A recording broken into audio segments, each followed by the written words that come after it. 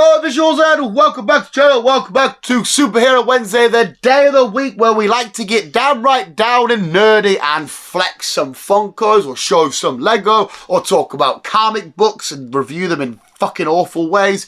We like to just be nerdy little bastards because this weird, wonderful, beautiful, nerdy world of ours is the fucking best. This week we probably have our smallest ever Lego flex, but it's still going to be a really cool one. Also, our first ever art Lego flex. Now, obviously, I don't know why I'm building up suspense and tension because I've given it away in the thumbnail and the title and whatnot, but I need to make the video at least a couple minutes long to make it worth your while. We are going to flex the Lego Spider-Man art. Now, this is the first art piece we've ever got.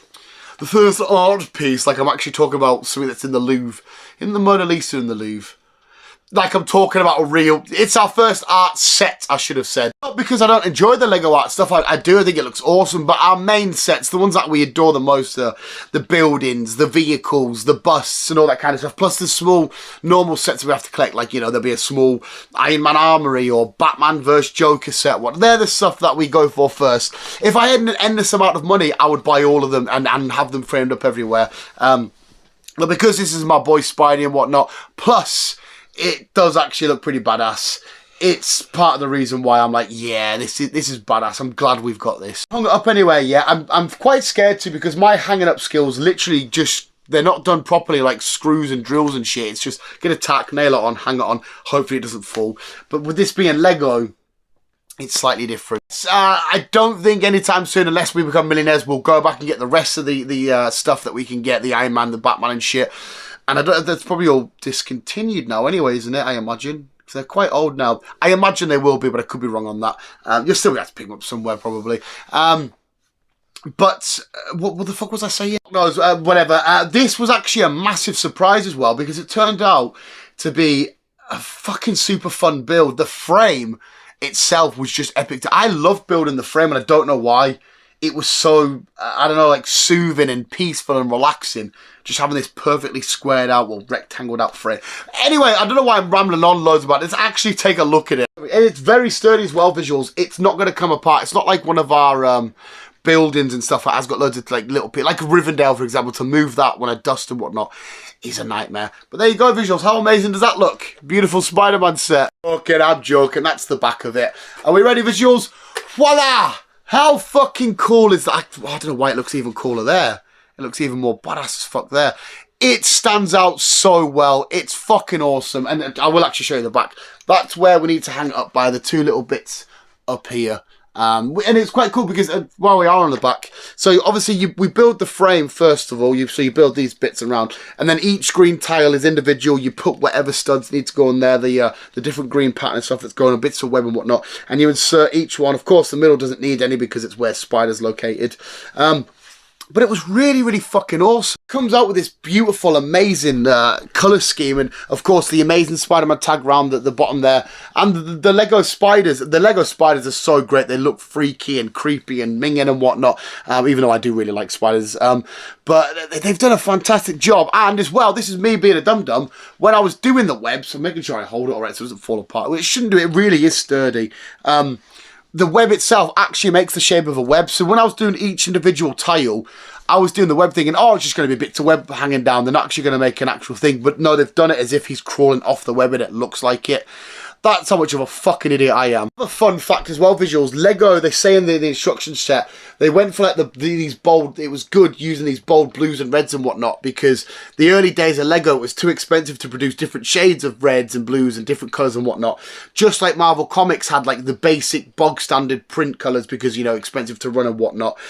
So it was like a nice little bit of similar history between the two different companies that have come together to make this. My favourite part though, the bit that's most aesthetically pleasing and was fun to do was the circular tiles on the inside to make the light green into lighter green into dark green sort of shade patterns, because green's my favourite colour and it's just a beautiful background that stands out, absolutely amazing. It was great as well with the black to get the shading and whatnot. In fact, we have a Funko, I'm sure we've got them up here, where you see the darker bits from the original comics and shit, and the way that the shading and whatnot went in, and it looks fucking beautiful, like the creases there between his legs and whatnot, the way that the legs sticking out down at the back.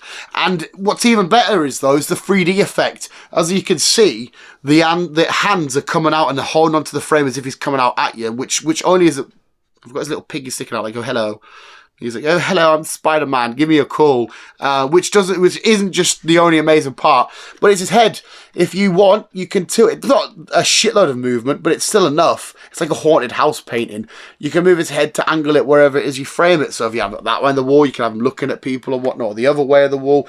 And it just looks so cool. It's going to be nice when I eventually, because I'll have to make sure I hang it up properly. It's quite a sturdy size as well. I can't remember the exact dimensions and stuff. I think it was 2,099 pieces, but of course a lot of these account for that and whatnot. And the frame, you can see the different layers of frame and what sort of pieces and studs and stuff were used. But it's just so beautiful and looks amazing. And like I said, a set that I wasn't like, when it came out, I was like, yeah, it looks cool, but I'm not in a rush to get that.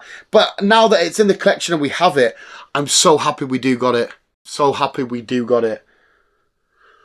I'm a fucking idiot. Apart from that, visuals, there's not too much to flex there. There's that's about it. Next week, I will point out now, we should have another Lego flex of like the most epic of epic proportions. So definitely please come back, because it should be the Lego Avengers Tower. But we'll get into that next week, providing all goes well and like it gets built and it gets delivered and whatnot on time and stuff. We should have the Lego Avengers Tower for next episode of Superhero Wednesday. But visuals, what do you think?